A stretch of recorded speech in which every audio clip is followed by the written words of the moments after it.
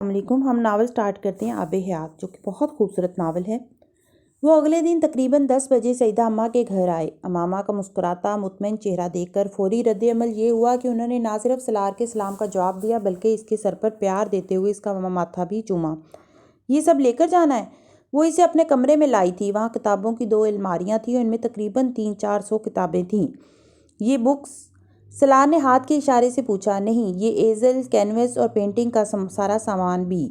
امامہ نے کمرے میں ایک دیوار کے ساتھ پڑے پینٹنگ کے سامان اور کچھ ادھوری پینٹنگز کی طرف اشارہ کیا۔ یہ سب کچھ زیادہ نہیں ہے؟ بکس ہی تقریباً 2 کارٹن میں آئیں گی۔ سلار نے ان کتابوں کو دیکھتے ہوئے اندازہ لگایا۔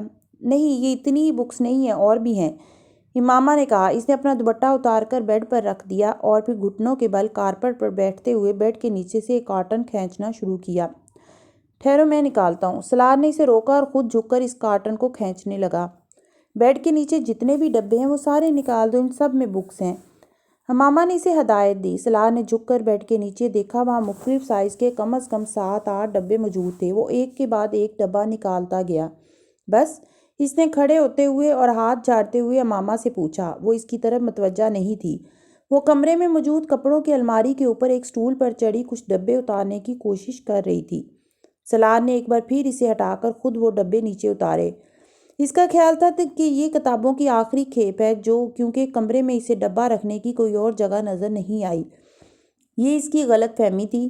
وہ اب الماری کو کھولے اس کے اندر موجود ایک خانے سے کتابیں نکال کر بیڈ پر رکھ رہی تھی۔ وہ کم از کم 100 کتابیں تھیں جو اس نے الماری سے نکالی تھیں۔ وہ کھڑا دیکھتا رہا۔ الماری کے بعد بیڈ سائڈ ٹیبلز کی درازوں کی باری تھی، ان میں بھی کتابیں تھیں۔ بیڈ سائڈ ٹیبلز کے بعد ڈریسنگ ٹیبل کی درازوں اور خانوں کی باری تھی۔ کمرے میں موجود کپڑے کی جس باسکٹ کو وہ لانڈری باسکٹ سمجھا تھا، وہ بھی کتابیں سٹور کرنے کے لیے استعمال ہو رہی تھی۔ وہ کمرے کے وسط میں کھڑا اسے کمرے کی مختلف جگہوں سے کتابیں برآمد کرتے ہوئے دیکھ رہا تھا۔ بیڈ پر موجود کتابوں کا ڈھیر اب شیلف پر لگی کتابوں سے بھی زیادہ ہو چکا تھا، لیکن وہ اب بھی بڑی شدومت کے ساتھ کمرے کی مختلف جگہوں پر رکھی ہوئی کتابیں نکال رہی تھی۔ اس نے ان کھڑکیوں کے پردے ہٹائے جو صحن میں کھلتی تھیں۔ اس کے بعد سلار نے اسے باری باری ساری کھڑکیاں کھول کر ان میں سے بھی کچھ کتابیں نکالتے ہوئے دیکھا جو پلاسٹک کے شاپرز میں بند تھیں۔ شاید یہ احتیاط کتابوں کو مٹی اور نمی سے بچانے کے لیے کی گئی تھی۔ بس اتنی ہی ہیں کتابیں، اس نے بالآخر سلار کو مطلع کیا۔ سلار نے کمرے میں چاروں طرف بکھرے ڈبوں اور ڈبل بیڈ پر پڑی کتابوں کے ڈھیر پہ ایک نظر ڈالتے ہوئے بڑے تحمل سے پوچھا۔ کوئی اور سامان بھی ہے؟ ہاں، میرے کچھ اور کینوس اور پینٹنگز بھی ہیں، میں لے کر آتی ہوں۔ وہ اس کے جواب کا انتظار کیے بغیر بڑے کمرے سے نکل گئی۔ سلار نے ڈبل بیڈ پر پڑی کتابوں کے ڈھیر سے ایک کتاب اٹھائی۔ وہ ایک ناول تھا، گھٹیا رومانس لکھنے والے ایک بہت ہی مشہور امریکن رائٹر کا ناول۔ اس نے ٹائٹل پر نظر ڈالی اور بے اختیار اس کے چہرے پر ایک مسکراہٹ آئی۔ اگر وہ اس ناول کا نام امامہ کے سامنے لیتا تو وہ سرخ ہو جاتی۔ اس نے ناول کھولا۔ کتاب کے اندر پہلے ہی خالی صفحے پر امامہ نے اپنا نام لکھا تھا، جس تاریخ کو وہ کتاب خریدی گئی وہ تاریخ، جس جگہ سے خریدی گئی وہ جگہ، جس تاریخ کو کتاب پڑھنا شروع کیا اور جس تاریخ کو کتاب ختم کی۔ وہ حیران ہوا۔ اس طرح کے ناولز کو وہ فضول سمجھتا تھا۔ وہ شاید کبھی پسند نہ کرتا کہ اس رائٹر کے کسی ناول کو کوئی اس کے ہاتھ میں دیکھے، مگر اس نے اس ناول پر اتنی سنجیدگی سے اپنا نام اور ڈیٹس لکھی ہوئی تھی جیسے وہ بیحد اہم کتاب ہو۔ اس نے ناول کے چند اور صفحے پلٹے اور پھر کچھ بے یقینی کے عالم میں پلٹتا ہی چلا گیا۔ ناول کے اندر جگہ جگہ رنگین مارکرز کے ساتھ مختلف لائنز ہائی لائٹ کی گئی تھیں۔ بعض لائنز کے سامنے سٹار اور بعض کے سامنے ڈبل سٹار بنائے گئے تھے۔ وہ بے اختیار ایک گہرا سانس لے کر رہ گیا۔ ان لائنز میں بیہودہ رومانس، بے حد پلیٹونک سوپی باتیں اور زو مینی ڈائیلاگز تھے۔ ان پر سٹار بنے ہوئے تھے اور وہ نشان زدہ تھے۔ سلار نے وہ ناول رکھتے ہوئے دوسرا ناول اٹھایا، پھر تیسرا، پھر چوتھا، پانچواں، چھٹا، ساتواں، سب کے سب رومانٹک تھے، ایک ہی طرح کے رومانٹک ناولز، اور وہ سب بھی اسی طرح ہائی لائٹڈ تھے۔ وہ زندگی میں پہلی بار رومانٹک اور وہ بھی اس طرح کے ناولز کی رومانس کے اتنا سنجیدہ کاری سے مل رہا تھا، اور کتابوں کے اس ڈھیر کو دیکھتے ہوئے اس پر یہ انکشاف بھی ہوا کہ وہ کتابیں نہیں پڑھتی تھی بلکہ صرف یہی ناولز پڑھتی تھی۔ کمرے میں موجود ان 1500 کتابوں میں اسے صرف چند پینٹنگز، ککری اور شاعری کی کتابیں نظر آتی تھیں، باقی سب انگلش ناولز تھے۔ اور یہ لے کر جانی ہے؟ ایک ناول دیکھتے ہوئے وہ امامہ کی آواز پر بے اختیار چونکا۔ وہ کمرے میں 2-3 چکروں کے دوران کچھ مکمل اور کچھ ادھوری پینٹنگز کا ایک چھوٹا سا ڈھیر بھی بنا چکی تھی۔ سلار اس دوران کتابوں کے جائزے میں مصروف رہا تھا۔ اس نے ہاتھ میں پکڑا ہوا ناول واپس کتابوں کے اس ڈھیر پر رکھ دیا جو بیڈ پر پڑا تھا۔ کارپٹ پر پڑی ان پینٹنگز پر نظر ڈالتے ہوئے سلار کو احساس ہوا کہ سیدہ اماں کے گھر میں جا بجا لگی ہوئی پینٹنگز بھی اسی کے ہاتھ کی بنی ہوئی ہیں، اور یقیناً ان پینٹنگز کے کسی دیوار پر لٹکانے نہ ہونے کا سبب مزید خالی جگہ کا دستیاب نہ ہونا تھا۔ بیٹا، یہ سارا کاٹ کباڑ کیوں اکٹھا کر لیا؟ یہ لے کر جاؤ گی ساتھ؟ سیدہ اماں کمرے میں آتے ہی کمرے کی حالت دیکھ کر چونکی۔ اماں، یہ ضروری چیزیں ہیں میری۔ امامہ سلار کے سامنے اس سامان کو کاٹ کباڑ قرار دیے جانے پر کچھ جزبز ہوئی۔ کیا ضروری ہے ان میں؟ یہ کتابیں تو ردی میں دے دیتی، اتنا ڈھیر لگا لیا ہے، تصویریں وہی رہنے دیتی جہاں پڑی تھیں، چھوٹا سا گھر ہے تم لوگ کا، وہاں کہاں پورا آئے گا یہ سب کچھ؟ سیدہ اماں کتابوں کے اس ڈھیر کو دیکھ کر متوحش ہو رہی تھیں۔ یقیناً انہوں نے بھی امامہ کی ساری کتابوں کو پہلی بار اکٹھا دیکھا تھا اور یہ ان کے لیے کوئی خوشگوار نظارہ نہیں تھا۔ نہیں، آ جائے گا پورا یہ سب کچھ۔ 3 بیڈ رومز ہیں، ان میں سے ایک کو استعمال کریں گے یہ سامان رکھنے کے لیے، لیکن دوسری چیزوں کو یہی رکھنا پڑے گا، کمبل، کولس، رگز اور کشنز وغیرہ کو۔ وہ 1 سیکنڈ میں تیار ہو گئی تھی۔ لیکن بیٹا، یہ سارا سامان تو کام کا ہے، گھر سجانا اس سے، یہ کتابوں کے ڈھیر اور تصویروں کا کیا کرو گی تم؟ سیدہ اماں اب بھی معترض تھیں۔ کوئی بات نہیں، ان کی کتابیں ضروری ہیں، ابھی کچھ اور کارٹن یا شاپرز ہیں جنہیں پیک کرنا ہے۔ سلار نے اپنے سویٹر کے آستینوں کو موڑتے ہوئے آخری جملہ امامہ سے کہا۔ 3 بجے کے قریب وہ سارا سامان سلار کے گھر پر گیسٹ روم میں بکھرا ہوا تھا۔ فرقان نے اس دن بھی انہیں افطاری کے لیے اپنی طرف مدعو کیا ہوا تھا، لیکن سلار نے معذرت کر لی۔ فی الحال اس سامان کو ٹھکانے لگانا زیادہ اہم تھا۔ ایک سٹور میں سلار نے کچھ عرصے پہلے ایلومینیم اور شیشے کے ریکس والی کچھ الماریاں دیکھی تھیں۔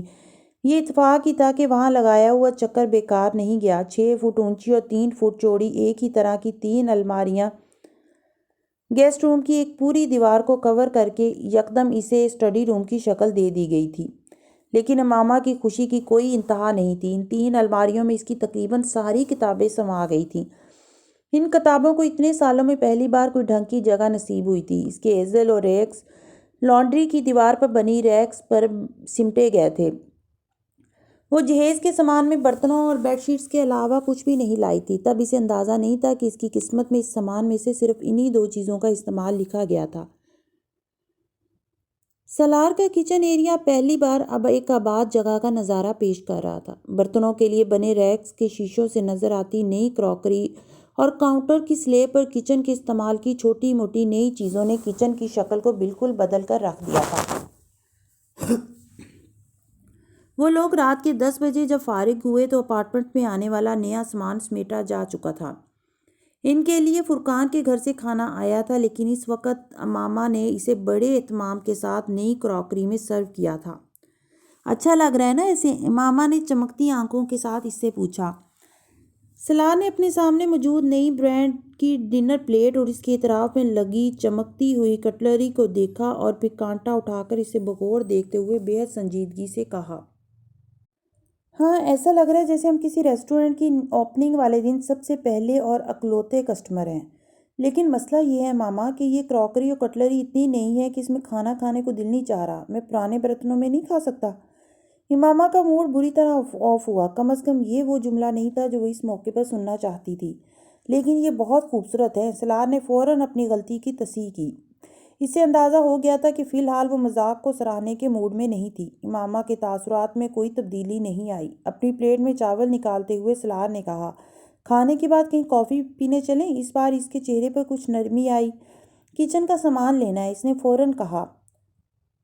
وہ چاول کا چمچ منہ میں ڈالتے ڈالتے رک گیا۔ ابھی بھی کوئی سامان لینا باقی ہے؟ وہ حیران ہوا۔ گروسری چاہیے؟ کیسی گروسری؟ کچن میں سب کچھ تو ہے۔ آٹا، چاول، دالیں، مسالے، کیا ہے؟ کچھ بھی تو نہیں ہے۔ امامہ نے جواباً پوچھا۔ ان کو میں نے کیا کرنا ہے؟ میں نے کبھی کھانا نہیں پکایا۔ سلار نے کندھے اچکا کر لاپرواہی سے کہا، لیکن میں تو پکاؤں گی نا، ہمیشہ تو دوسروں کے گھر سے نہیں کھا سکتے ہم۔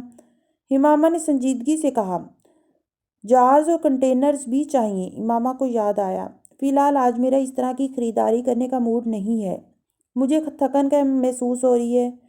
سلار کہا، اچھا ٹھیک ہے، کل خرید لیں گے، ماما نے کہا۔ اس رات وہ کافی کے لیے قریبی مارکیٹ تک ہی گئے۔ گاڑی فورٹرس کے گرد گھماتے ہوئے انہوں نے وہیں گاڑی میں بیٹھے ہوئے کافی لی۔ شکر ہے کتابوں کو تو جگہ مل گئی۔ سلار کافی پیتے ہوئے چونکا۔ وہ کھڑکی سے باہر دور شاپس کو دیکھتے ہوئے بڑبڑائی تھی۔ اس کے لاشعور میں اب بھی کہیں وہ کتابیں ہی اٹکی ہوئی تھیں۔ وہ کتابیں نہیں ہیں، سلار نے سنجیدگی سے کہا۔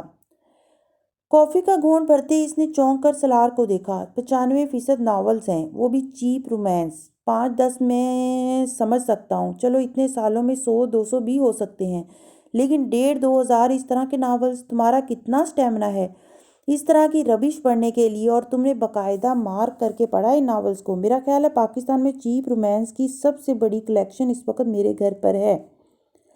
وہ خاموش رہی، کافی پیتے کھڑکی سے باہر دیکھتی رہی۔ سلار کچھ دیر اس کی طرف سے کسی رد عمل کا انتظار کرتا رہا، پھر اس کی لمبی خاموشی پہ اسے خدشہ ہوا کہ کہیں وہ برا نہ مان گئی ہو۔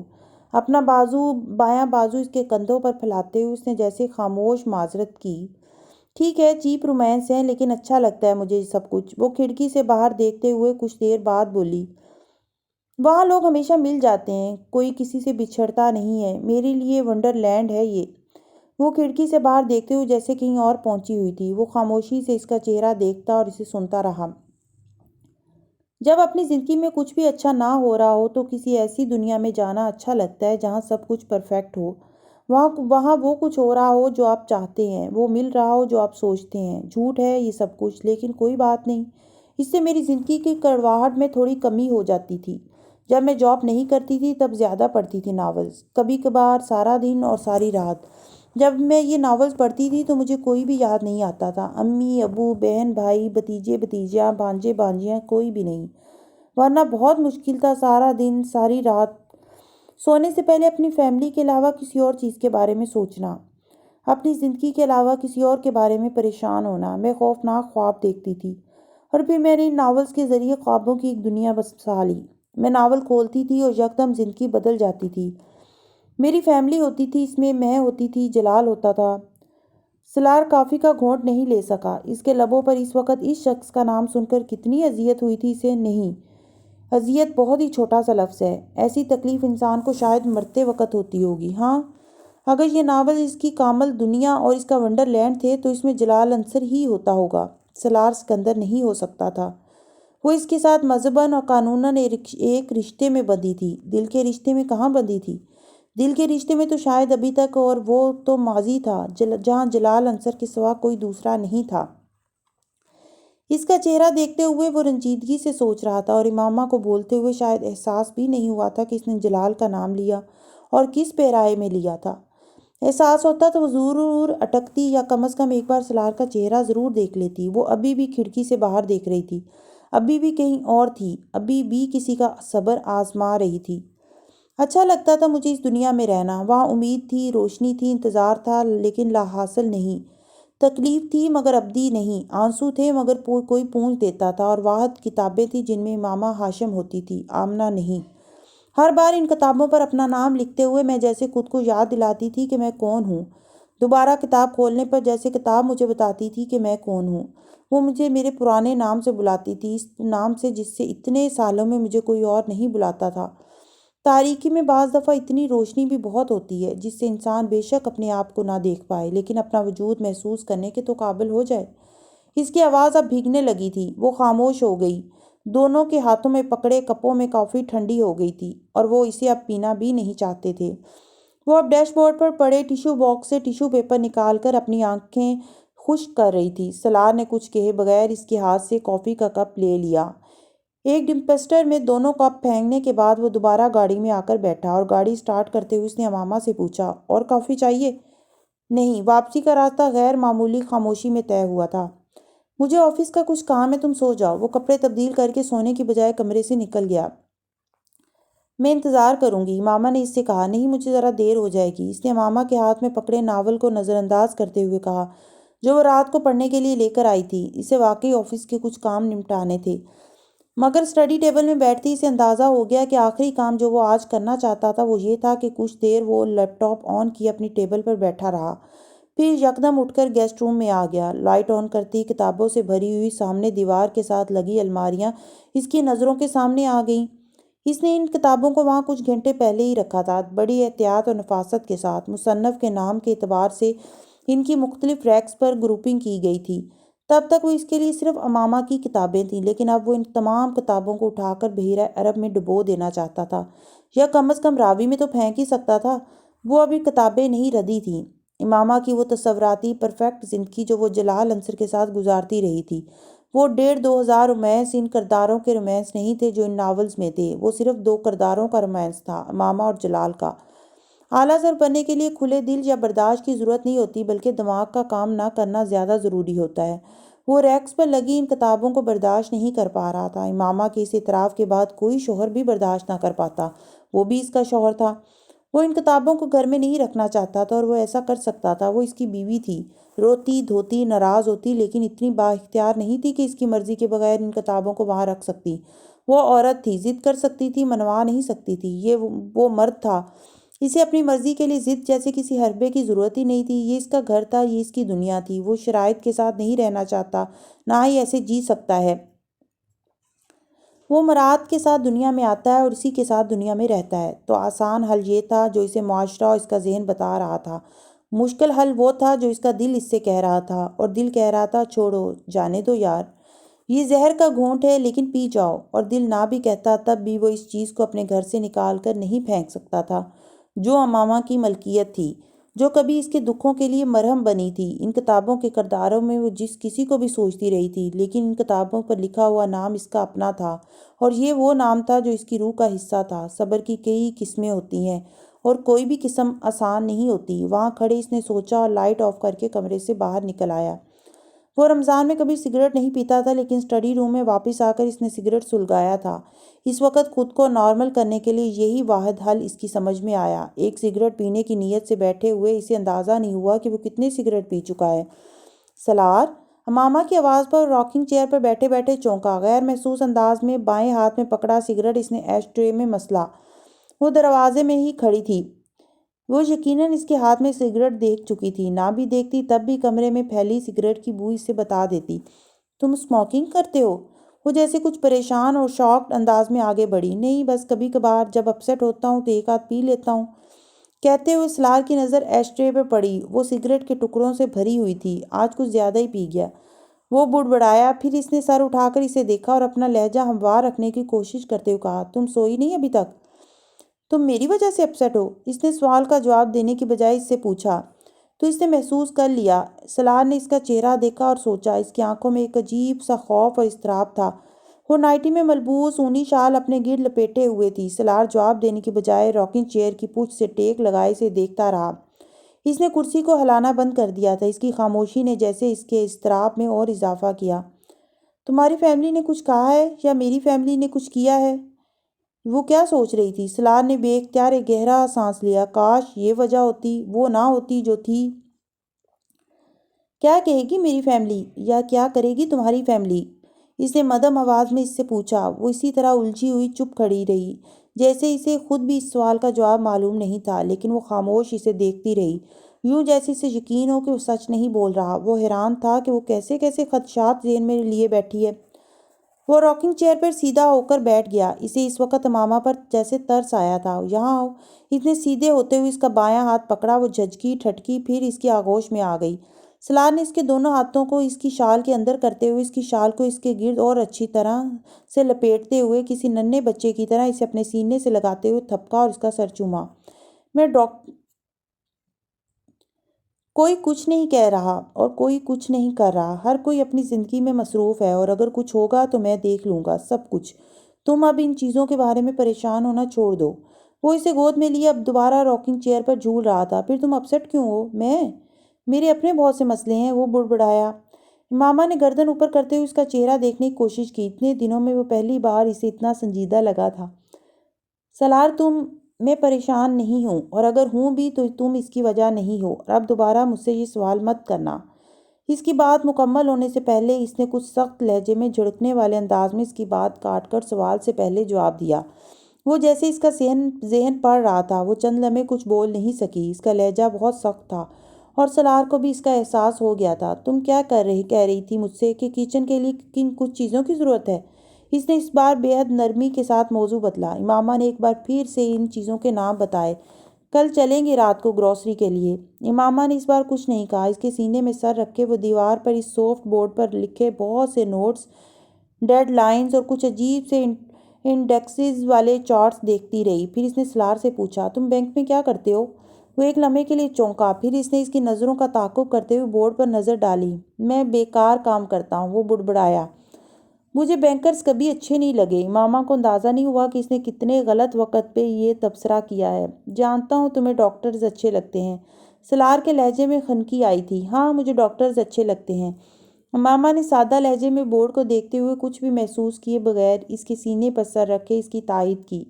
یہ کہتے ہوئے اسے جلال کا خیال نہیں آیا تھا، لیکن سلار کو آیا تھا۔ تم نے مجھے بتایا نہیں کہ تم بینک میں کیا کرتے ہو؟ امامہ نے دوبارہ پوچھا۔ میں پبلک ریلیشنز میں ہوں۔ اس نے یہ جھوٹ کیوں بولا وہ خود بھی سمجھ نہیں پایا تھا۔ امامہ نے بے اختیار اطمینان بھرا سانس لیا۔ یہ پھر بھی بہتر ہے۔ اچھا ہے تم ڈائریکٹ بینکنگ میں نہیں ہو۔ تم نے کیا پڑھا تھا سلار؟ ماس کمیونیکیشنز۔ وہ ایک کے بعد ایک جھوٹ بول رہا تھا۔ مجھے یہ سبجیکٹ بہت پسند ہے۔ تمہیں کچھ اور بننا چاہیے تھا، یعنی ڈاکٹر؟ سلار سلگا، لیکن امامہ کھلکھلا کر ہنسی۔ ماس کمیونیکیشنز پڑھ کر تو ڈاکٹر نہیں بن سکتے۔ سلار نے جواب نہیں دیا۔ اگر وہ اس کا چہرہ دیکھ لیتی تو اتنی بے تکلفی کے ساتھ یہ سارے تبصرے نہ کر رہی ہوتی۔ میں ڈاکٹروں سے نفرت کرتا ہوں، سلار نے سرد لہجے میں کہا۔ وہ بے اختیار سلار سے الگ ہوئی۔ کیوں؟ اس نے حیرت سے اس سلار کا چہرہ دیکھتے ہوئے کہا۔ اس کا چہرہ بے تاثر تھا، کم از کم امامہ اسے پڑھ نہیں سکی۔ ایسے ہی؟ سلار نے کندھے اچکاتے ہوئے بڑی سردمہری سے کہا۔ ایسے ہی کیسے؟ کوئی وجہ تو ضرور ہوگی۔ وہ جزبز ہوئی۔ تمہیں کیوں ناپسند ہیں بینکرز؟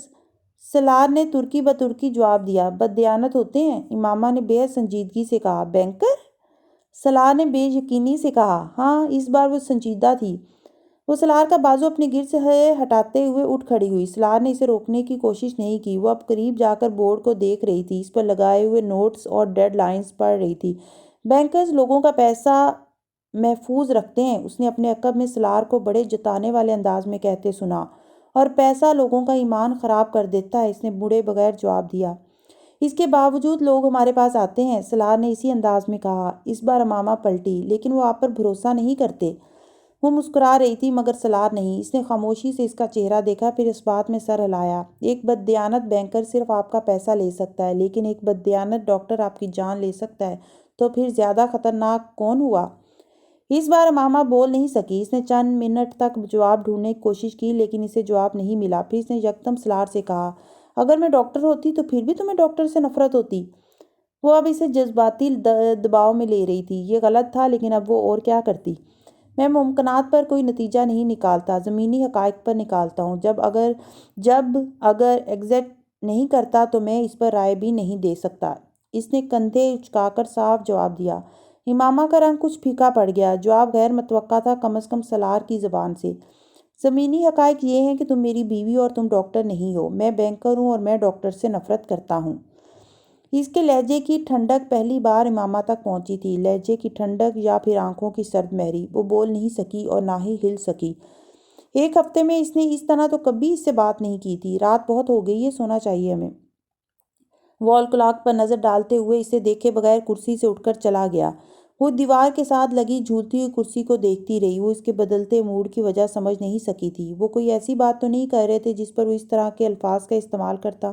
وہ وہاں کھڑی اپنی اور اس کے درمیان ہونے والی گفتگو کو شروع سے یاد کرنے کی کوشش کر رہی تھی۔ شاید اسے بینکرز کے بارے میں میرے کمنٹس اچھے نہیں لگے، وہ جیسے تجزیہ کر رہی تھی۔ جب وہ دوبارہ کمرے میں آئی تو کمرے کی لائٹ آن تھی، لیکن وہ سو چکا تھا۔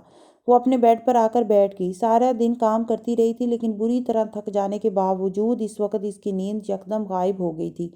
سلار کے بارے میں سارے اندیشے جو اس کے ساتھ گزارے ہوئے ایک ہفتے نے سلا دیے تھے، یکدم پھر سے جاگ اٹھے تھے۔ وہ اس کی طرف کروٹ لیے ہوئے سو رہا تھا۔ وہ اس کا چہرہ دیکھتی رہی۔ وہ اسے چند فٹ کے فاصلے پر تھا، کم از کم نیند کی حالت میں پرسکون لگ رہا تھا۔ آخر مرد اتنی جلدی بدل کیوں جاتے ہیں؟ وہ اتنے ناقابل اعتبار کیوں ہوتے ہیں؟ اس کا چہرہ دیکھتے ہوئے اس نے سوچا۔ اس کی رنجیدگی میں اضافہ ہوا۔ زندگی اتنی محفوظ نہیں ہوئی تھی جتنی وہ کچھ گھنٹے پہلے تک سمجھ رہی تھی۔ آج لائٹ آن کر کے سو گی کیا؟ سلار کروٹ بدلتے لیتے ہوئے بڑبڑایا۔ وہ یقیناً گہری نیند میں نہیں تھا۔ امامہ نے ہاتھ بڑھا کر لائٹس آف کر دیں، لیکن وہ سونے کے لیے نہیں لیٹی۔ اندھیرے میں سلار نے دوبارہ اس کی طرف کروٹ لی۔ تم سو کیوں نہیں رہی؟ ابھی سو جاؤں گی۔ سلار نے ہاتھ بڑھا کر اپنا بیڈ سائڈ ٹیبل لیمپ آن کر دیا۔ امامہ نے کچھ کہے بغیر کمبل خود پر کھینچا اور سیدھے لیٹتے ہوئے اس نے آنکھیں بند کر لیں۔ سلار چند لمحے اس کا چہرہ دیکھتا رہا، پھر اس نے لیمپ دوبارہ آف کر دیا۔ امامہ نے دوبارہ آنکھیں کھول لیں۔ تمہیں سحری کے وقت بھی اٹھنا ہے امامہ؟ اسے حیرت ہوئی، اس نے اندھیرے میں اسے آنکھیں کھولتے ہوئے کیسے دیکھ لیا تھا۔ گردن موڑ کر اس نے سلار کی طرف دیکھنے کی کوشش کی، اسے کچھ نظر نہ آیا۔ تمہیں پتہ ہے سلار، دنیا کا سب سے بیہودہ کام کون سا ہے؟ اس نے سلار کی طرف کروٹ لے کر کہا۔ کیا؟ شادی، اس نے بے اختیار کہا۔ چند لمحے خاموشی کے بعد اس نے سلار کو کہتے سنا، آئی ایگری۔ امامہ کو بے اختیار دکھ ہوا۔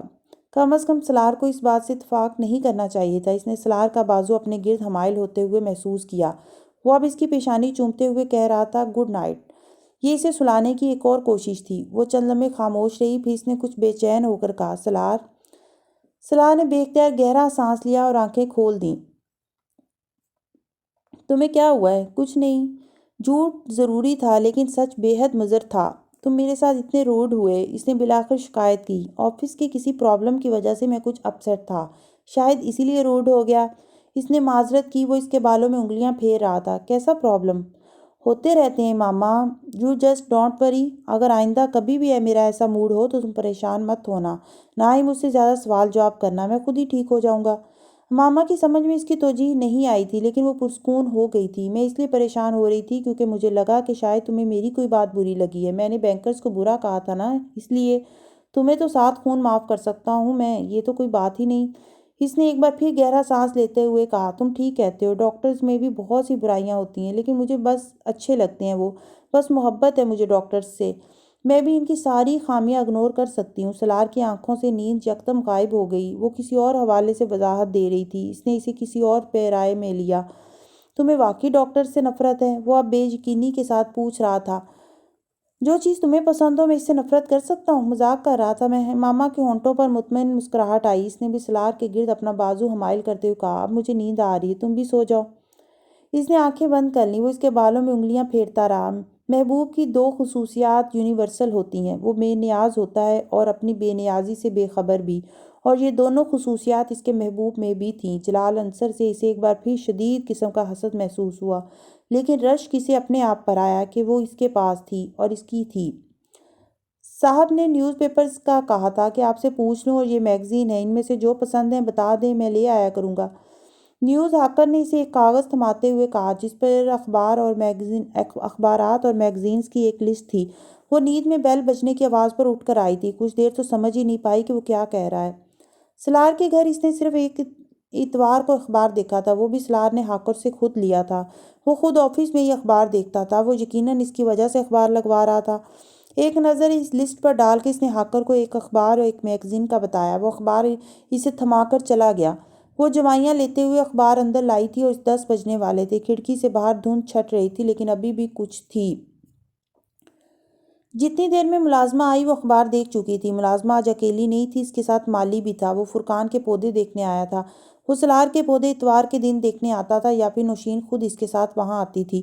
سلار کے اپارٹمنٹ کی ایک چابی ان کے پاس بھی تھی۔ آج نوشین نے یہاں ماما کی موجودگی کی وجہ سے اسے بھیج دیا تھا۔ وہ اس کے ٹیرس پر جانے کے کچھ دیر بعد خود بھی باہر نکل آئی۔ مالی کے پاس کھڑے خاموشی سے اسے دیکھتے رہنے کے دوران اسے احساس ہوا کہ اسے کسی قسم کی ہدایت کی ضرورت نہیں ہے۔ وہ ماہرانہ انداز میں اپنا کام کر رہا تھا۔ وہ واپس اندر آ گئی۔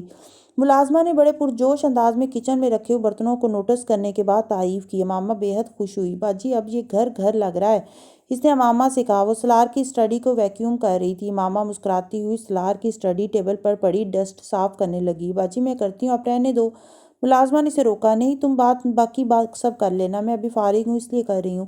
وہ اس سے یہ نہیں کہہ سکی کہ وہ نہیں چاہتی کہ سلار کا کوئی کاغذ ادھر ادھر ہو جائے، لیکن یہ سوچتے ہوئے یہ بھول گئی تھی کہ اس گھر میں اسٹڈی ٹیبل کو اتنے عرصے سے وہ ملازمہ ہی صاف کر رہی ہے۔ میل ٹرے دعوتی کارڈز کے بند اور کھلے لفافوں سے تقریباً بھری ہوئی تھی۔ امامہ نے ایک لفافہ کھول کر دیکھا، وہ کسی افطار پارٹی کا انویٹیشن تھا۔ ایک کے بعد ایک وہ سارے لفافے کھول کر دیکھتی گئی۔ سب کارڈ صحیح سے کسی نہ کسی افطار پارٹی یا تقریب سے متعلق تھے، اور بعض کارڈ میں تو وہ 2 یا 3 جگہوں پر بھی انوائٹڈ تھا۔ وہ یقیناً بہت سوشل زندگی گزار رہا تھا، یہ اس کا اندازہ تھا۔ یقیناً وہ اس کے گھر آ جانے کی وجہ سے پچھلے ایک ہفتے سے ان پارٹیز میں نہیں جا رہا تھا۔ یہ اس کا ایک اور تجزیہ تھا۔ 15-20 کارڈز دیکھنے کے بعد اس کا دل اوچاٹ ہو گیا۔ اس نے کارڈز اٹھا کر واپس رکھ دیے۔ کچھ اور کارڈز دیکھتی یا نیچے میل کے کسی لفافے کے ایڈریس پر نظر ڈال لیتی تو شاید اسے سلار کا شعبہ نظر آ جاتا کہ وہ انویسٹمنٹ میں تھا، پی آر میں نہیں۔ کم از کم وہ یہ جھوٹ تو ضرور پکڑ سکتی تھی۔ باجی، رات کو کوئی مہمان آئے تھے؟ وہ ملازمہ کی آواز پر چونکی۔ وہ ایش ٹرے ہاتھ میں لیے کچھ حیرانی سے پوچھ رہی تھی۔ نہیں، امامہ نے سوال سمجھے بغیر کہا۔ تو یہ سگریٹ کس نے پی ہیں؟ سلار صاحب تو سگریٹ نہیں پیتے۔ ملازمہ بے حد حیران تھی۔ امامہ کچھ دیر بول نہیں سکی۔ ملازمہ جیسے سلار کے بیان کی تصدیق کر رہی تھی، یعنی وہ واقعی عادی نہیں تھا۔ جو ایک آدھ سگریٹ وہ بھی کبھی کبھار پیتا ہوگا، اسے ملازمہ یا کسی مہمان کا پیا ہوا سگریٹ سمجھ لیتی ہوگی۔ اوہ ہاں، اس کے کچھ دوست آئے تھے، مجھے یاد ہی نہیں تھا، امامہ نے چند لمحوں کے بعد کہا۔ اس سے پہلے کہ وہ کچھ اور کہتی، ڈور بیل بجی۔ میں دیکھتی ہوں، امامہ اس سے کہہ کر باہر نکل آئی۔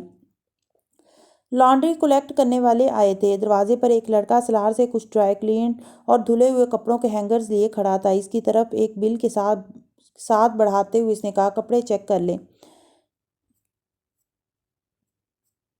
اس نے بل پکڑ لیا۔ بل کے ساتھ لانڈری کے لیے بھیجے گئے کپڑوں کی لسٹ بھی تھی۔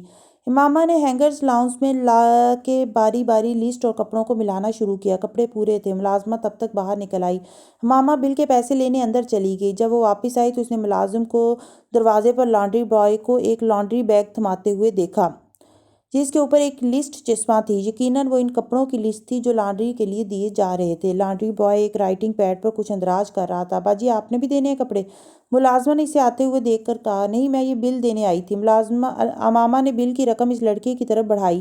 اس نے جواباً ایک رسید اس کی طرف بڑھا دی۔ بل تو ملنے کے شروع میں اکٹھا ہی جاتا ہے۔ ملازمہ نے اسے روکا۔ وہ دروازہ بند کرتے ہوئے اندر آ گئی۔ امامہ نے رسید پر نظر ڈالی۔ وہ سلار کے کپڑوں کی لسٹ تھی جو وہ لے کر گیا تھا۔ تم نے لانڈری کے کپڑے کہاں سے لیے ہیں؟ امامہ نے اس لسٹ کو پڑھتے ہی ملازمہ کو روکا۔ سلار صاحب کپڑے بیگ میں ڈال کر اوپر لسٹ رکھ جاتے ہیں، لانڈری میں ہی رکھتے ہیں بیگ۔ ملازمہ یہ کہہ کر دوبارہ اندر چلی گئی۔ امامہ نے بل پر نظر ڈالی۔ لانڈری تو وہ خود بھی کر سکتی تھی۔ ہر ہفتے اتنے پیسے اس پر خرچ کرنا فضول خرچی تھی، اس نے سوچا۔ ملازمہ ابھی وہیں تھی جب ایک آدمی وہ پردے لے کر آیا تھا جو اس نے بننے کے لیے دیے تھے۔ باجی، آپ نے کوئی پردے بننے کے لیے دیے تھے؟ ملازمہ نے انٹر کام کی بیل بجنے پر ریسیور اٹھا کر ان سے پوچھا۔ امامہ کچھ حیران ہوئی۔ ہاں، کیوں؟ وہ نیچے گیٹ پر ایک آدمی لے کر آیا ہے، گارڈ انٹر کام پر پوچھ رہا ہے۔ ہاں، بھیج دو، باجی نے پردے بنوائے ہیں، ملازمہ نے اس کو بتا کر ریسیور پر گارڈ سے کہا۔ ریسیور آ کر وہ دوبارہ لاؤنج صاف کرنے میں لگ گئی۔ کچن کاؤنٹر پر گلاس سیٹ کو کپڑے سے صاف کرتے ہوئے امامہ کو عجیب طرح کا احساس سے کمتری ہوا۔ اس نے اتنے دنوں وہاں چلتے پھرتے کئی بار انٹر کام کو دیکھا تھا، لیکن اس کی سمجھ میں نہیں آیا کہ اس انٹر کام کی وہاں کیا افادیت ہے، جبکہ دروازہ اتنا قریب تھا۔ ملازمہ اس گھر کی ہر چیز کو اس سے زیادہ ذہانت، پھرتی اور سہولت کے ساتھ استعمال کر رہی تھی۔ سلار لاؤنج اب اچھا لگ رہا ہے نا؟ سلار نے لاؤنج کی کھڑکیوں پر لگے نئے پردوں پر ایک نظر ڈالی۔ وہ ابھی چند لمحے پہلے گھر آیا تھا۔ امامہ نے بے حد خوشی کے عالم میں آتے ہی اسے اطلاع دی۔ وہ نہ بھی دیتی تب بھی لاؤنج میں پہلا قدم رکھتی وہ اس واضح تبدیلی کو نظر انداز نہیں کر سکتا تھا۔ بہت، اس نے اپنی مایوسی کو چھپاتے ہوئے کہا۔ امامہ نے فخری انداز میں پردوں کو دیکھا۔ وہ آج بھی افطاری راستے میں ہی کر آیا تھا۔ امامہ نے افطاری فرقان کے گھر پر کی تھی اور اب وہ دونوں ایک ساتھ ڈنر کر رہے تھے۔ تو جناب کا دن آج کیسا گزرا؟ کھانا شروع کرتے ہوئے سلار نے اس سے پوچھا۔ وہ اسے پورے دن کی ایکٹیویٹیز بتانے لگی۔ آج ان دونوں کے درمیان ہونے والی یہ پہلی تفصیلی گفتگو تھی۔ سلار نے اسے دن میں 2 بار 1 یا 1.5 منٹ کے لیے کال کی تھی، مگر بات صرف حال احوال تک ہی رہی تھی۔ یعنی آج بہت کام کرنا پڑا؟ سلار نے اس کے دن کی تفصیل سن کر کہا۔ کیا کام؟ میں نے کیا کیا؟ میں نے تو کچھ بھی نہیں کیا۔ امامہ نے اس کی بات پر کچھ حیران ہو کر اسے دیکھا۔ جتنا بھی کیا ہے بہت ہے، میں تمہاری لانڈری خود کر دیا کروں گی اگلے ہفتے سے۔ امامہ نے سلار کی بات کو نظر انداز کرتے ہوئے کہا، پریس بھی کر دیا کروں گی، میں تمہیں کپڑے دھونے کے لیے نہیں لے کر آیا۔ سلار نے اس کی بات کاٹی، مجھے پتہ ہے، لیکن میں فارغ ہوتی ہوں سارا دن، اور پھر مجھے اپنے کپڑے بھی تو دھونے ہیں، تو تمہارے بھی دھو سکتی ہوں۔ تم اپنے کپڑے بھی کیوں دھو گی؟ لانڈری وین ہر ہفتے آتی ہے، تم اپنے بھی دے دیا کرو۔ سلار نے کھانا کھاتے ہوئے رک کر کہا، پیسے ضائع ہوں گے؟ اس نے بے اختیار کہا، کوئی بات نہیں۔ سلار نے اسی انداز میں کندھے اچکا کر کہا۔ ماما نے اس کا چہرہ دیکھا، اور میں سارا دن کیا کروں؟ وہی جو دوسری عورتیں کرتی ہیں، سویا کرو، ٹی وی دیکھو، فون پر دوستوں کے ساتھ گپ شپ لگاؤ۔ اس نے مسکراتے ہوئے کہا، میری کوئی دوست نہیں ہے۔ وہ یکدم سنجیدہ ہو گئی۔ سلار نے کچھ حیران ہو کر اس کا چہرہ دیکھا، کوئی تو ہوگا؟ نہیں، کوئی بھی نہیں ہے۔ کیوں؟ وہ کھانا کھاتے کچھ سوچنے لگی تھی، پھر اس نے کہا، کالج اور یونیورسٹی میں تو میں اتنی خوفزدہ رہتی تھی کہ کسی کو دوست بنانے کا خیال ہی نہیں آیا۔ دوستی ہوتی تو پھر سوال ہوتے میرے بارے میں، فیملی کے بارے میں، پھر اگر کوئی گھر آتا اور ابو کی فیملی کو کوئی پہلے سے جانتا ہوتا تو، یا سعیدہ اماں کو ہی۔ دوستی اس وقت بڑی مہنگی چیز تھی میرے لیے، میں افورڈ نہیں کر سکتی تھی۔ پھر آفس جاب میں کولیگز کے ساتھ تھوڑی بہت گپ شپ ہوتی تھی، لیکن مجھے اکیلے رہنے کی اتنی عادت ہو گئی تھی کہ میں لوگوں کے ساتھ کبھی بھی کمفرٹیبل نہیں رہتی تھی۔ میں ان کے ساتھ گھوم پھر نہیں سکتی تھی، ان کے گھر نہیں جا سکتی تھی، اپنے گھر نہیں بلا سکتی تھی، کیسے دوستی ہوتی پھر؟ اس لیے مجھے کتابیں پڑھنا اچھا لگتا تھا، پینٹ کرنا اچھا لگتا تھا۔ لوگوں سے میل جول ہونا چاہیے، دوست ہونے چاہیے۔ پہلی کی بات اور تھی، لیکن اب تمہیں تھوڑا بہت سوشلائز کرنا چاہیے۔ اب تمہارا گھر ہے، تم کولیگز کو انوائٹ کر دیا کرو، کم از کم ان سے فون پر ہی بات کر لیا کرو۔ وہ اسے بڑی سنجیدگی سے سمجھا رہا تھا، تم خود سوشل ہو، اس لیے کہہ رہے ہو؟ تو ماما نے جواباً کہا، ہاں، میری جاب کی ضرورت ہے سوشل ہونا۔ ماہ رمضان کے بعد کچھ فنکشنز ہیں، ڈنر بھی ہیں، کچھ تمہیں ملواؤں گا، کچھ دوستوں سے بھی، اچھا لگے گا تمہیں۔ وہ اس سے کہہ رہا تھا، میں نے تمہاری ڈیسک پر دیکھے ہیں افطار ڈنر کے کارڈز، تم میری وجہ سے نہیں جا رہے؟ امامہ نے کہا، نہیں، میں افطار پارٹیز یا ڈنرز میں نہیں جاتا۔ سلار نے سرسری انداز میں کہا، کیوں؟ وہ حیران ہوئی۔ کیونکہ میں سمجھتا ہوں یہ پارٹیز ماہ رمضان کی اسپرٹ کا مذاق اڑاتی ہیں۔ میں ماہ رمضان میں کسی کے گھر افطار پر نہیں جاتا۔ لیکن تم فرقان کے گھر تو جاتے ہو؟ امامہ نے بے ساختہ کہا، مسکرا دیا، میں اس وقت بھی فرقان کے گھر سے آیا ہوا کھانا کھا رہا ہوں۔ میں فرقان کے گھر ماہ رمضان سے پہلے بھی کھانا کھاتا رہا ہوں، اور اگر وہ مجھے افطار یا ڈنر کے لیے بلاتا ہے تو کھانے میں کوئی اہتمام نہیں کرتا۔ ہم وہی کھاتے ہیں جو اس کے گھر میں عام دنوں میں پکتا ہے، لیکن عام دنوں میں اس کے گھر میں یہ نہیں پکتا۔ سلار نے ٹیبل پر پڑی 3-4 چیزوں کی طرف اشارہ کیا، پھر وہ مزید حیران ہوئی، یہ سارا اہتمام فرقان اور بھابھی تمہارے لیے کر رہے ہیں، کیونکہ ہماری نئی نئی شادی ہوئی ہے تو تمہارے لیے سحری اور افطاری میں بھی اہتمام ہو رہا ہے، ورنہ تو ہم سادہ کھانا کھاتے ہیں۔ ماہ رمضان میں ہم لوگ اپنے کچن کے لیے گروسری پر عام مہینوں کی نسبت آدھا خرچ کرتے ہیں، اور آدھے پیسوں سے ہم کسی اور فیملی کو پورے مہینے کا راشن منگوا دیتے ہیں۔ کھانا ٹھنڈا ہو رہا ہے تمہارا؟ سلار نے اسے متوجہ کیا، وہ خود کھانا ختم کر کے اب میٹھا کھا رہا تھا۔ یہ ڈاکٹر سبت علی کے گھر کی روایت تھی، ماہ رمضان میں ان کے گھر آنے والا راشن آدھا ہو جاتا تھا۔ گھر کے 2 ملازموں کے ماہ رمضان کا راشن اس باقی راشن کی قیمت سے آتا تھا۔ امامہ، سلار نے پھر اسے کھانے کی طرف متوجہ کیا، وہ کھانا کھانے لگی۔ سلار میٹھا بھی ختم کر چکا تھا اور اب منتظر تھا کہ وہ کھانا ختم کر لے۔ وہ خود ساتھ ساتھ سیل پر مسلسل میسیجز میں مصروف تھا۔ وہ کس حد تک بدل گیا تھا، اور اس کے اندر آنے والی تبدیلی کس حد تک ڈاکٹر صاحب کی مرہون منت تھی، اور کس حد تک اس کی اپنی سوچ کی، اندازہ لگانا مشکل تھا۔ وہ کھانا کھاتے ہوئے ہمیشہ اس کے کھانا شروع کرنے کا انتظار کرتا تھا، کھانا کھاتے ہوئے کچھ نہ کچھ اس کی پلیٹ میں ضرور رکھتا تھا، اور اس کے کھانا ختم کرنے کے بعد ہی کھانے کی ٹیبل سے اٹھتا ہے۔ وہ یہ باتیں نوٹس نہیں کرنا چاہتی تھی، لیکن وہ یہ نوٹس کیے بغیر بھی رہ نہیں سکتی تھی۔ وہ عجیب تھا، عجیب، اس کے علاوہ کوئی دوسرا لفظ امامہ کے ذہن میں نہیں آیا۔ ڈنر کے بعد وہ رات کو کچن کا سودا سلف خریدنے کے لیے گئے تھے۔ ماما نے اگر سلار کی یہ گفتگو نہ سنی ہوتی تو یقیناً وہ کچن کے لیے ایک لمبی چوڑی لسٹ بنائے بیٹھی تھی، لیکن اس نے خریداری کرتے ہوئے بہت احتیاط سے کام لیا۔ خریدی جانے والی زیادہ تر اشیاء کنٹینرز اور جارز ہی تھے۔ کھانا پکانے کا سامان اس نے بہت کم خریدا تھا۔ آج انہوں نے ایک اور جگہ سے کافی پی تھی۔ تمہارا پرابلم حل ہو گیا؟ ماما کو گاڑی میں اچانک یاد آیا، کون سا پرابلم؟ سلار نے چونک کر اسے دیکھا، وہ جس کی وجہ سے تم کل رات پریشان تھے۔ ماما نے اسے یاد دلایا۔ وہ بے اختیار بڑبڑایا، کاش ہو جاتا، یعنی نہیں ہوا۔ ماما متفکر ہوئی، ہو جائے گا۔ سلار نے عجیب سی مسکراہٹ کے ساتھ اس کا چہرہ دیکھا۔ پرسوں میں کراچی جا رہا ہوں۔ سلار نے بات بدلی، کتنے دن کے لیے؟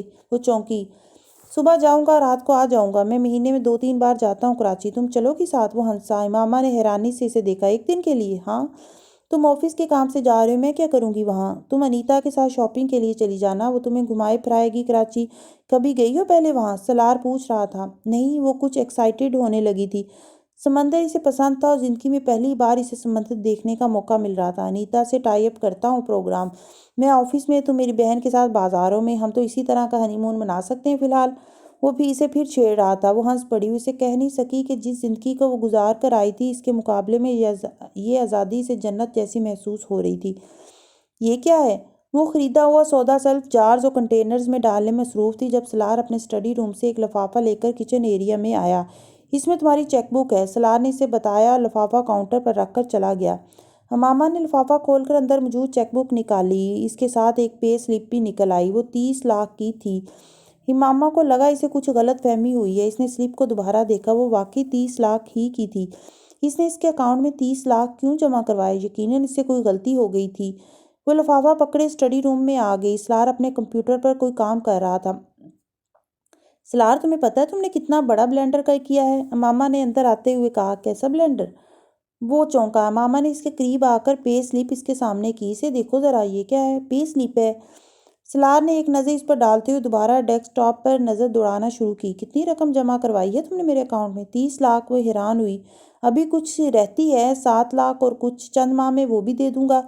وہ کچھ ٹائپ کرتے ہوئے سرسری انداز میں کہہ رہا تھا۔ لیکن کیوں دو گے مجھے؟ کس لیے؟ وہ حیران تھی۔ تمہارا حق مہر، سلار نے اسی انداز میں کہا۔ میرا حق مہر 2 لاکھ روپے ہے۔ امامہ کو لگا کہ شاید وہ بھول گیا ہے۔ وہ آمنہ کا تھا۔ میں تمہیں زیادہ حق مہر دینا چاہتا ہوں، سلار نے کندھے اچکا کر کہا۔ لیکن یہ تو بہت ہی زیادہ ہے سلار۔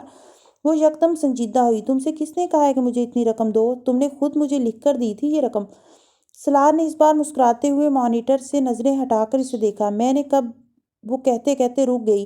وہ فگر تم اس لیے لکھوا رہے تھے؟ اسے یاد آیا۔ ہاں، اس کی لاپرواہی اب بھی برقرار تھی۔ تم پاگل ہو؟ امامہ کو بے اختیار ہنسی آئی۔ شاید، سلار نے بے ساختہ کہا۔ اچھا، میں 1 ارب لکھ دیتی تو کیا کرتے؟ وہ اب طنز کر رہی تھی۔ تو 1 ارب بھی دے دیتا۔ کیا فیاضی تھی؟ کہاں سے دیتے؟ فراڈ کرتے؟ وہ بے ساختہ ناراض ہوئی۔ کیوں کرتا؟ کما کر دیتا۔ سلار نے اس کی بات کا برا مانا۔ ساری عمر کماتے ہی رہتے پھر؟ اچھا ہوتا ساری عمر تمہارا قرضدار رہتا، واقعی اچھا ہوتا۔ تو 1 ارب چاہیے کیا؟ وہ تیکھی مسکراہٹ کے ساتھ کہہ رہا تھا۔ ماما کو کئی سال پہلے والے سلار کی جھلک نظر آئی۔ کیوں دے رہے ہو؟ اس نے سنجیدگی سے کچھ دیر اسے دیکھ کر کہا۔ بیوی ہو تم، اس لیے۔ کتنے پیسے کہاں سے آئے تمہارے پاس؟ ماما، میری سیونگز ہیں یہ، سلار نے بہت تحمل سے کہا۔ سیونگز ہیں تو مجھے کیوں دے رہے ہو؟ وہ کچھ خفا ہوئی۔ میرا دل چاہتا ہے میں تمہیں دوں۔ اگر یہ پوری دنیا میری ہوتی تو میں یہ ساری دنیا تمہیں دے سکتا تھا، اور یہ روپیہ آ جائے گا میرے پاس، مجھے اس سے کوئی فرق نہیں پڑتا۔ کیا شاہانہ انداز تھا۔ لیکن اتنی زیادہ رقم؟ سلار نے اس کی بات کاٹی۔ اب اتنی زیادہ رقم بھی نہیں دینا چاہتا تھا، لیکن تمہاری مرضی کا حق مہر دینا چاہتا تھا، اس لیے تم سے ایک فگر لکھنے کو کہا۔ تمہیں پتہ ہے جو فگر تم نے لکھی تھی اس دن میرے اکاؤنٹ میں ایگزیکٹ اتنی ہی اماؤنٹ تھی۔ وہ اب رقم دہراتے ہوئے ہنس رہا تھا۔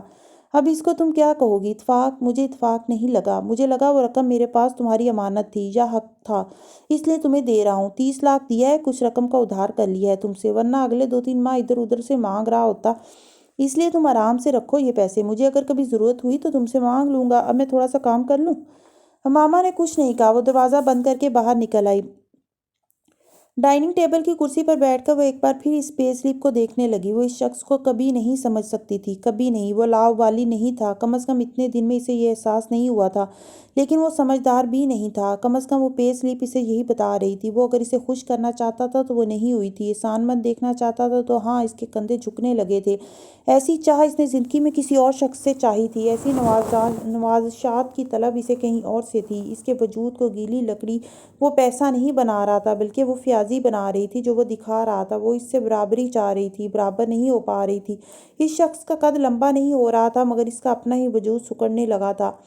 امامہ، ہم کل صبح کی بجائے آج شام کو جا رہے ہیں، رات کراچی میں رکیں گے اور پھر کل رات کو ہی واپس آ جائیں گے۔ 7 بجے کی فلائٹ ہے، میں شام 5:30 بجے تمہیں پک کر لوں گا، تم پیکنگ کر لو۔ اس نے 12 بجے کے قریب فون کر کے آفس سے کراچی کا نیا پروگرام بتایا تھا۔ وہ یکدم نروس ہونے لگی۔ اتنی جلدی پیکنگ؟ ٹھیک ہے، وہ 1 رات کے لیے جا رہے تھے، پھر بھی وہ اب اسے اپنے ان کپڑوں کے بارے میں بتا رہا تھا جو وہ ساتھ لے کر جانا چاہتا تھا۔ وہ پیکنگ کرتے ہوئے بہت بولائی ہوئی تھی۔ وہ 5:30 بجے وہاں موجود تھا۔ وہ جانتی تھی کہ اس نے گاڑی میں روزہ افطار کر لیا ہوگا، لیکن پھر بھی وہ ایک باکس میں اس کے لیے کھانے کی چند چیزیں اور جوس لے کر آئی تھی۔ ایئرپورٹ تک کی ڈرائیو میں وہ دونوں باتیں کرتے ہوئے ساتھ ساتھ وہ چیزیں بھی کھاتے رہے۔ وہ 6:30 بجے ایئرپورٹ پر پہنچے۔ بورڈنگ شروع ہو چکی تھی۔ وہ فرسٹ کلاس سے سفر کر رہے تھے، اسی لیے ٹریفک کی وجہ سے کچھ لیٹ ہونے کے باوجود سلار مطمئن تھا۔ ایگزیکٹو لاؤنج سے جہاز میں سوار ہوتے ہوئے سلار کی فرسٹ کلاس کے کچھ پیسنجر سے سلام دعا ہوئی۔ چند ایک سے اس نے امامہ کا بھی تعارف کروایا۔ وہ سب کارپوریٹ سیکٹر سے تعلق رکھتے تھے یا پھر سلار کے کسٹمرز تھے۔ جہاز کے ٹیک آف کے چند منٹوں کے بعد کسی دوسری کمپنی کا کوئی ایگزیکٹو سلار سے کوئی معاملہ ڈسکس کرنے کے لیے اس کے پاس آیا۔ چند لمحے اس سے باتیں کرنے کے بعد سلار اس سے معذرت کر کے اس ایگزیکٹو کے ساتھ اس کی سیٹ پر چلا گیا۔ وہ کچھ دیر اس کا انتظار میں بیٹھی رہی، پھر کچھ بور ہو کر اس نے ایک میگزین اٹھا لیا۔ سلار کی واپسی لینڈنگ کے اعلان کے 5 منٹ بعد ہوئی۔ وہ سوری کہتا اس کے پاس بیٹھ کر سیٹ بیلٹ باندھنے لگا۔ تم بور تو نہیں ہوئی؟ نہیں، مجھے تو بہت مزہ آ رہا ہے، اس نے بے حد خفگی سے جواب دیا۔ اس نے میگزین سے نظریں نہیں ہٹائیں۔ سلار نے بڑے آرام سے اس کے ہاتھ سے میگزین لے کر پاس سے گزرتی ایئر ہوسٹس کو تھما دیا۔ وہ شکریہ ادا کرتے ہوئے چلی گئی۔ یہ بدتمیزی ہے، امامہ نے اس کے جانے کے بعد کچھ دبی ہوئی آواز میں احتجاج کیا۔ ہاں ہے تو صحیح، لیکن تم مجھے دیکھ نہیں رہی تھیں، اس نے اطمینان اور ڈٹائی کے ساتھ کہا۔ امامہ کی سمجھ میں نہیں آیا وہ اس سے خفا ہو یا ہنسے۔ جتنی باتیں تم ان لوگوں سے کر رہے تھے تم نے مجھ سے کبھی نہیں کی۔ وہ اس کے شکوے پر ہنسا۔ بینک کے کسٹمرز ہیں، یہ ان باتوں کے پیسے دیتے ہیں۔ اس نے کچھ ملامت بھری نظروں سے سلار کو دیکھا۔ تم کتنے مادہ پرست ہو؟ ہاں وہ تو ہوں، اس نے آرام سے جواب دیا۔ میں بھی دے سکتی ہوں تمہیں پیسے۔ وہ اس کے جملے پر چونکا۔ ارے میں تو بھول ہی گیا تھا، فی الحال تو تم مجھ سے زیادہ امیر ہو، میرے بینک کی کسٹمر بھی ہو اور میں تمہارا قرض دار بھی ہوں، تو تم سے باتیں کرنا تو فرض ہے میرا۔ وہ مسکراتے ہوئے بولا۔ بینکرز؟ وہ کچھ کہنے لگی تھی۔ سلار نے بیک طرح اپنا ہاتھ اس کے ہونٹوں پر رکھتے اسے ٹوکا اور کہا، میں اپنا ٹرپ خراب نہیں کرنا چاہتا ماما، تم سے واپسی پر سنوں گا کہ بینکرز کیسے ہوتے ہیں۔ اس نے یکدم کچھ سنجیدہ ہوتے ہوئے کہا۔ ماما نے حیرانی سے اسے دیکھا۔ اس میں سنجیدہ ہونے والی کیا بات تھی؟ اس نے سوچا۔ ایئرپورٹ پر ہوٹل کی گاڑی نے انہیں پک کیا تھا، میں نے سوچا تھا ہم انیتا کے گھر پر ٹھہریں گے۔ ماما نے گاڑی میں بیٹھتے ہوئے کہا۔ میں کبھی انیتا کے گھر نہیں ٹھہرا، میں ہوٹل میں رہتا ہوں۔ سلار نے اسے بتایا۔ کراچی اکثر آتا جاتا ہوں میں، وہ کھڑکی سے باہر دیکھتے ہوئے اس سے کہہ رہا تھا۔ بعض دفعہ تو یہاں آ کر انیتا سے بات تک نہیں ہو پاتی۔ ماما نے اس کا چہرہ دیکھا لیکن کچھ کہا نہیں۔ وہ مسلسل سیل پر کچھ میسیجز کرنے میں مصروف تھا۔ وہ ساتھ ساتھ اسے سڑک کے دونوں اطراف آنے والے علاقوں کے بارے میں بھی بتا رہا تھا۔ پھر مجھے تمہارے ساتھ نہیں آنا چاہیے تھا، میری وجہ سے۔ سلار نے اس کے اچانک اس طرح کہنے پہ اسے ٹوکا۔ تمہیں ساتھ لے کر آنا مجھے اچھا لگ رہا ہے، اور تمہیں انیتا کی فیملی سے ملوانے کے لیے یہاں لے کر آنا تو تھا ہی مجھے۔ ماما نے اس کا چہرہ غور سے پڑھنے کی کوشش کی۔ سچ کہہ رہا ہوں، اس نے امامہ کی آنکھوں میں آنکھیں ڈالتے ہوئے کہا۔ تمہیں میرے ساتھ آنا اچھا نہیں لگا؟ سلار نے یکدم اس سے پوچھا۔ وہ مسکرا دیا۔ آپ اپنی وائف کے ساتھ پہلی بار یہاں ٹھہر رہے ہیں؟ ہوٹل میں چیک ان کرتے ہوئے ریسیپشن پر موجود لڑکے نے مسکراتے ہوئے سلار سے کہا۔ اس 5 اسٹار ہوٹل کے چند کمرے مستقل طور پر سلار کے بینک نے بک کیے ہوئے تھے، اور ان کمروں میں باقاعدگی سے ٹھہرنے والوں میں سے ایک وہ بھی تھا، لیکن آج وہ پہلی بار اس کی بیوی کو دیکھ رہے تھے۔ سلار نے مسکراتے ہوئے سر ہلایا اور سائن کرنے لگا۔ وہ لڑکا اب امامہ سے کچھ خوشگوار جملوں کا تبادلہ کر رہا تھا، جیسے کوئی آہستہ آہستہ اس کے گرد موجود ساری سلاخیں گرا رہا ہو۔ وہ باہر کی اس دنیا سے مسحور ہو رہی تھی جس سے وہ سلار کی وجہ سے متعارف ہوئی تھی۔ بیچ لگژری پر انیتا اور اس کی فیملی نے اس کے لیے ڈنر ارینج کر رکھا تھا۔ وہ لوگ آدھے گھنٹے میں تیار ہونے کے بعد تقریباً 11:30 بجے وہاں پہنچے، اور انیتا اور اس کے شوہر کے علاوہ اس کے سسرال کے بھی کچھ لوگ وہاں موجود تھے۔ یہ سلار اور اس کی بیوی کے لیے ایک فیملی ڈنر تھا۔ اس کا استقبال بڑی گرمجوشی سے کیا گیا۔ اس کی گھبراہٹ ابتدائی چند منٹوں کے بعد ختم ہونا شروع ہو گئی۔ وہ کافی لبرل فیملی تھی، اور ان دونوں کی شادی کے حوالے سے ہونے والی رسمی گفتگو کے بعد گفتگو کے موضوعات پر بدل گئے تھے۔ امامہ چیف گیسٹ تھی، لیکن وہاں کسی نے اسے ٹیلیسکوپ کے نیچے نہیں رکھا تھا، اور اس چیز نے امامہ کے اعتماد میں اضافہ کیا۔ کھانا بھی سرو نہیں ہوا تھا۔ وہ ڈرنکس لیتے ہوئے گپ شپ کر رہے تھے۔ امامہ گفتگو میں ایک مسکراتے ہوئے خاموش سامع کا رول ادا کر رہی تھی۔